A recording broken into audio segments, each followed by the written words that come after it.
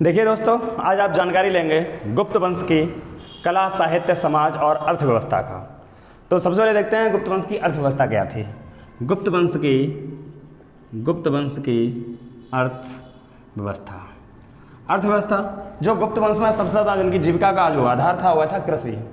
इनकी जीविका कृषि पर आधारित थी। और ये कृषि उत्पादों का ये व्यापार भी क्या करते थे। कृषि उत्पादों का व्यापार इनका विदेशों में होता था, जो समुद्री मार्गों से भी होता था और स्थल मार्गों से भी होता था। इनका व्यापार का विकास हुआ। गुप्त काल में व्यापार का विकास हुआ। समुद्री मार्ग का विकास हुआ। इनका व्यापार समुद्री मार्ग से भी होता था। जहां समुद्री मार्ग से व्यापार करने के लिए कई बंदरगाह तो थे, जिसमें दो प्रमुख बंदरगाह थे, एक पूर्वी तट का और एक पश्चिमी तट का। तो दो बंदरगाह थे, एक था पूर्वी तट का बंदरगाह, पूर्वी तट, और एक था पश्चिमी तट। पूर्वी तट बंदरगाह, एक पश्चिमी तट बंदरगाह। पूर्वी तट का बंदरगाह था ये बंगाली तरफ था। इसका नाम था ताम्रलिप्त। तो गुप्त काल में पूर्वी तट का बंदरगाह ताम्रलिप्त पश्चिम बंगाल में था। ये पूर्वी देशों और द्वीपों के साथ व्यापार करने के लिए था समुद्री मार्ग से। पूर्वी देश जैसे लाओस, कंबोडिया, थाईलैंड, म्यांमार और द्वीपों में अगर चले जाओ, ब्रुनेई, मलेशिया से ताम्रलिप्त बंदरगाह से। ये कहाँ पे था? ये था पश्चिम बंगाल में, बंगाली तरफ था। अच्छा, पश्चिमी तट पर जो बंदरगाह था ये पश्चिमी देशों और पश्चिमी द्वीपों को व्यापार करने के लिए था। तो यहाँ से जो जहाज जाया करते थे वो अरब सागर से होते हुए जाया करते थे। ये बंगाली खाड़ी के लिए थे, पश्चिम बंगाल में थे, और ये बंगाल की खाड़ी के तट पर था। ये बंगाली खाड़ी तट पर था। अच्छा, पश्चिमी तट का था ये अरब सागर पर था। अरब सागर के तट पर था। और इस बंदरगाह का नाम था भृगुकच्छ। पश्चिमी तट का बंदरगाह भृगुकच्छ, जिसका वर्तमान नाम अगर देखा जाए तो भड़ौच। भड़ौच। ये लक्षद्वीप, सऊदी अरब, ईरान, इराक वगैरह के व्यापार के लिए आसानी से जल मार्ग से ये जाया करते थे। तो इनका पश्चिमी तट से जो व्यापार होता था वह होता था भृगुकच्छ बंदरगाह से, और पूर्वी तट का जो व्यापार होता था वह होता ताम्रलिप्त बंदरगाह से। तो इसमें दो प्रमुख बंदरगाह थे इनकी अर्थव्यवस्था में।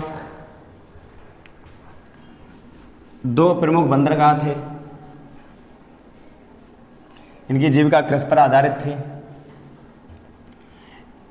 इनके समय गुप्त काल में सर्वाधिक सोने के सिक्के जारी किए गए। सर्वाधिक सोने के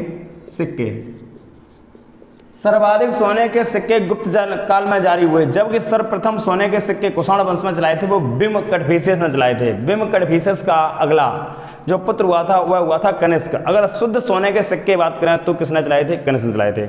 भारत में सर्वप्रथम सोने के सिक्के बिम कड़फिसेस ने चलाए थे। भारत में सर्वाधिक शुद्ध सोने के सिक्के कनिष्क चलाए थे। और भारत में सर्वाधिक सोने के सिक्के जो चलाए थे वह गुप्त काल में चले थे। इन सोने के सिक्कों का नाम हुआ करता था दीनार। सोने के सिक्के क्या कहलाते थे? दीनार ये सोने के हुआ करते थे। अच्छा, गुप्त काल में ही चांदी के सिक्के चले थे। चांदी के सिक्के जिन्हें कहा गया था रूपक मतलब होता सुंदर, रूपक मतलब होता सुंदर। तो जो चांदी के सिक्के चले थे वो काय के थे? चांदी के सिक्के चले थे, ठीक ना, वह रूपक थे। और सोने के सिक्के चले थे वह दीनार थे। सभी करों को समाप्त कर, गुप्त काल में सभी करों को लगभग इन्होंने 24 कष्टदायी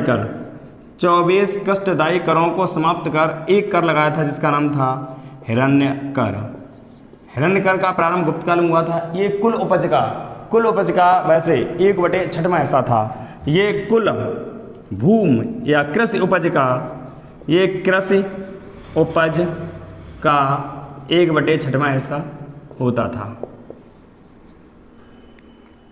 तो गुप्त काल ने व्यापार भी प्रारंभ किया था विदेशों से, जिसके लिए इनके कई बंदरगाह थे, जिसमें दो प्रमुख बंदरगाह थे, एक ताम्रलिप्त था बंदरगाह, एक भृगुकच्छ था।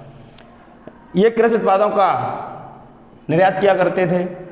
अच्छा, इनके समय 24 कष्टदायी करों को समाप्त कर एकमात्र कर लगाया था जिसका नाम था हिरण्य कर। ये कृषि की कुल उपज का 1/6 हिस्सा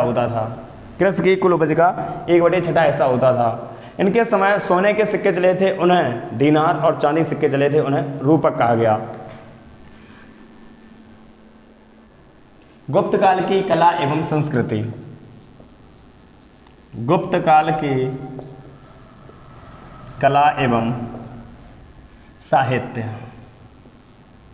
गुप्त काल की कला एवं साहित्य, इनकी कला एवं साहित्य देखें। गुप्त काल में ही आर्यभट्ट निवास करते थे। गुप्त काल में आर्यभट्ट थे। आर्यभट्ट ने एक पुस्तक लिखी थी, सूर्य सिद्धांत या सूर्य सिद्धांतिका। सूर्य सिद्धांत नामक पुस्तक लिखी थी, जिसमें इन्होंने कहा था कि पृथ्वी सूर्य के चारों तरफ चक्कर लगाती है। पृथ्वी सूर्य के चारों तरफ चक्कर लगाती। तो सर्वप्रथम आर्यभट्ट ने बताया था कि पृथ्वी सूर्य के चारों तरफ चक्कर लगाती है, जबकि इससे पहले एक विद्वान था टालमी।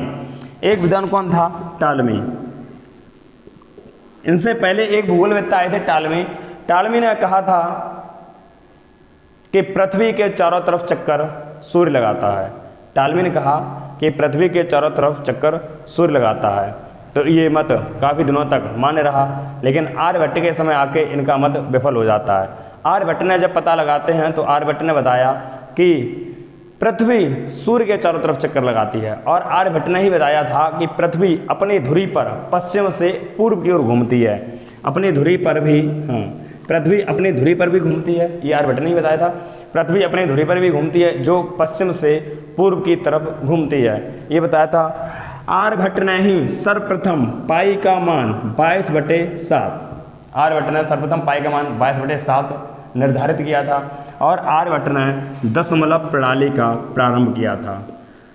दशमलव प्रणाली, आर्यभट्ट ने ही गणित में दशमलव प्रणाली का प्रारंभ किया था। आर्यभट्ट के नाम से ही भारत में पहला कृत्रिम उपग्रह छोड़ा गया था, जिसका नाम रखा गया था आर्यभट्ट। भारत में पहला कृत्रिम उपग्रह का नाम क्या? उसका नाम भी आर्यभट्ट ही था। आर्यभट्ट के समय ही एक भूगोलवेत्ता और निवास करते थे, जिनका नाम था बराहमिहिर। आर्यभट्ट के समय एक भूगोलवेत्ता थे, जिनका नाम था बराहमिहिर। बराहमिहिर ने क्या बताया था? ये भी एक भूगोलवेत्ता थे। बराहमिहिर ने बताया था कि चंद्रमा पृथ्वी के चारों तरफ चक्कर लगाता है। क्या बताया था? कि चंद्रमा पृथ्वी के चारों तरफ चक्कर लगाता है, ये बराहमिहिर ने बताया था। गुप्त काल में हिंदू धर्म, गुप्त काल में हिंदू धर्म की मूर्तियों का विकास हुआ। गुप्त काल में हिंदू धर्म की मूर्तियों का विकास हुआ, अर्थात मूर्ति पूजा हिंदू धर्म में जो सर्वप्रथम प्रारंभ हुई थी वह गुप्त काल में हुई थी। अगर भारत में बात करी जाए सबसे पहले मूर्ति की पूजा किस धर्म में प्रारंभ हुई थी, तो भारत में सर्वप्रथम मूर्ति पूजा जो प्रारंभ हुई थी वह बुद्ध धर्म में हुई थी। महात्मा बुद्ध की सर्वप्रथम मूर्ति बनी थी, 2 शैली में वो बनी थी, एक गांधार शैली में बनी थी और एक मथुरा शैली में बनी थी। तो सबसे पहले भारत में मूर्ति पूजा का प्रारंभ बुद्ध धर्म में हुआ। गुप्त काल में भारत में मूर्ति पूजा का प्रारंभ हिंदू धर्म में भी होने लगा। हिंदू धर्म के मंदिरों का विकास हुआ, और मंदिरों की एक शैली का विकास हुआ जिसका नाम था नागर शैली। मंदिर के नागर शैली का विकास, जो मंदिरों की नागर शैली का विकास हुआ था वह गुप्त काल में हुआ था। नागर शैली दक्षिण भारत की, जैसे भारत की अगर बात करें, भारत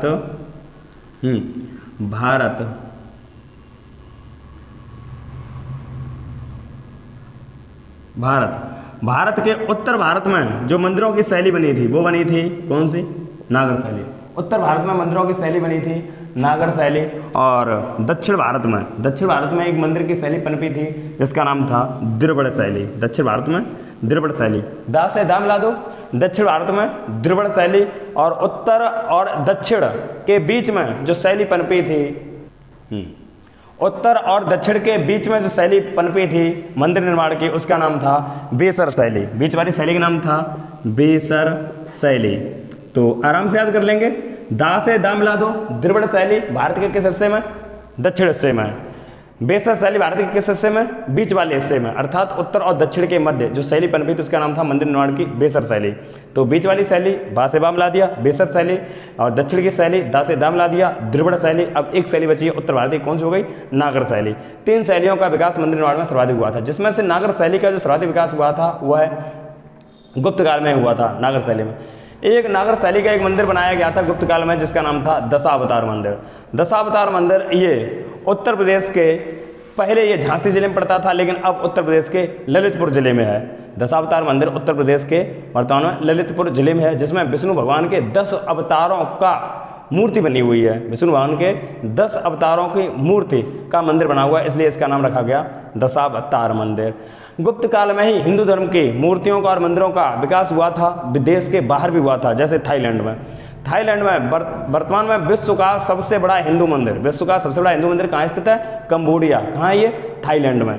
तो ये गुप्त काल में ही कंबोडिया का मंदिर है जिसका नाम है कंबोडिया का मंदिर है जिसका नाम है अंकोर वाट मंदिर। कौन सा? अंकोर वाट मंदिर, कंबोडिया अंकोर वाट मंदिर। तो गुप्त काल में ही हिंदू धर्म का सबसे बड़ा मंदिर, गुप्त काल में ही हिंदू धर्म का विश्व का सबसे बड़ा मंदिर अंकोर वाट कंबोडिया का मंदिर बना था। ये कहाँ बना था? ये बना था थाईलैंड में।